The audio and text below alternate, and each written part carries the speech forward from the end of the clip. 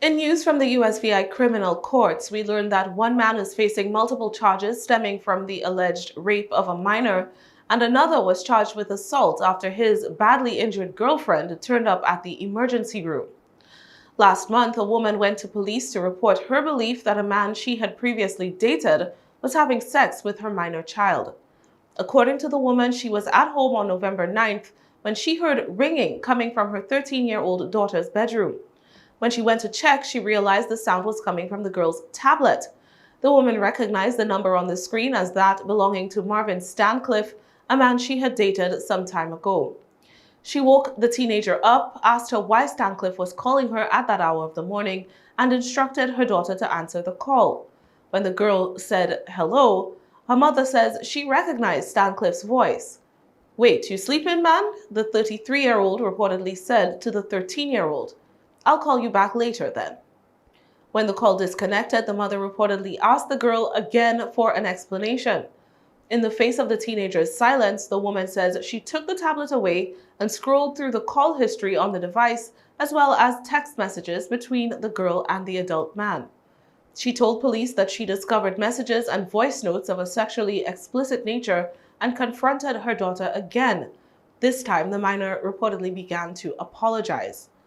Her mother took screenshots of the WhatsApp conversations, told her daughter that she would forward them for further investigation, and contacted police for assistance. When the police spoke to the girl, she told them that Stancliffe was a family friend who one day met her and repeatedly asked for her number, which she said she felt pressured into disclosing. After that, Stancliffe texted her one night asking who else was in the house. When the girl said the other residents were sleeping, Stancliffe texted that he was coming over and then later texted to say that he was outside.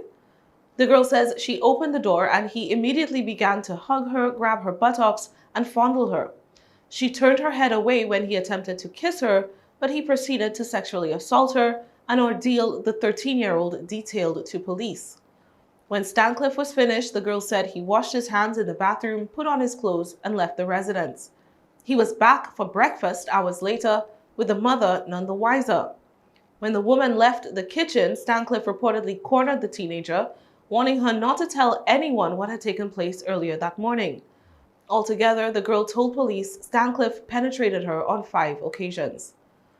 Police first attempted to make a contact with Stancliffe on November 23rd, but were unsuccessful until he turned himself in on December 3rd and was promptly arrested and charged with first-degree rape, aggravated rape in the second degree, first-degree unlawful sexual contact, first-degree assault, and child abuse. A judge on Monday ruled that Stancliffe must post the full bail requirement of $100,000 to secure release, and if released, he will be placed on 24-hour house arrest with electronic monitoring. Stancliffe will be restricted to the St. Thomas and John district and must report to the probation office every week. He is banned from contacting the minor, her mother, or any witnesses, directly or indirectly, and must remain at least 50 feet from the minor at all times. Stancliffe is further prohibited from possessing any firearm, ammunition, or dangerous weapon. He'll be back in court on December 23rd. Still on St. Thomas, Javier Lima is facing multiple charges after emergency room staff reported an assault to 911 operators. A woman went to the Schneider Regional Medical Center on November 29th after allegedly being attacked by her boyfriend. Police found her sitting in the lobby of the emergency room shaking. She told them that she'd been at home watching Netflix when Lima entered the residence, shouting that his friend told him that she had been cheating. He reportedly beat her with a closed fist and choked her on the bed while she tried to squirm out of his grasp. The distraught woman told police that this was not the first time Lima had attacked her and said that she feared for her safety. Police made contact again with the woman the next day. She was willing to speak about the incident further, she said, but at that time was in extreme pain. On December 1st, police met with the woman again to take her statement. She said that she'd been at the beach when Lima called to ask if she was headed home. When she arrived at the residence, he was not there, and so she decided to pass the time with some Netflix. That's when Lima came in, shouting about her infidelity, pushing her around and punching her repeatedly in the face and about the body. She said she pleaded with him to call the supposed other man and ask him directly since she had nothing to hide. Lima reportedly grabbed her cell phone and went into the bathroom to do just that, closing the door behind him. However, when he emerged, Lima was still angry, reportedly continuing to argue, striking her in the face and boxing her ears. He stormed out of the house and was gone for about half an hour, the woman said, upon which she assumed he would be back after the man in question confirmed to him that the cheating rumor was not true. When he returned, Lima was reportedly not mollified, continuing to argue and then climbing on top of her on the bed, using both hands to squeeze her neck. The woman, fighting for breath, said she pushed her hands and fingers against him to force him away, and when she broke free, he grabbed a fanny pack and used that to strike her, causing several abrasions. He tried to punch her in the stomach, but she says she used her right hand to shield her body from his blows. Pain flared in that hand as he continued to punch her, and she told him he had done something to that hand. However, she says he continued his assault. He left the house for a second time, and that's when the woman says she fled to the emergency room. According to documents presented in court, Lima tracked her there and asked her what she was doing at the hospital. She says he drove around the parking lot while she was in the emergency room. Police who observed her that day noted a large contusion above her left eye and that her eyes were very dark. The woman said she was having difficulty hearing in both ears and described them as having water in them. Her ears were also very painful to the touch, and there were multiple marks on the woman's face and neck.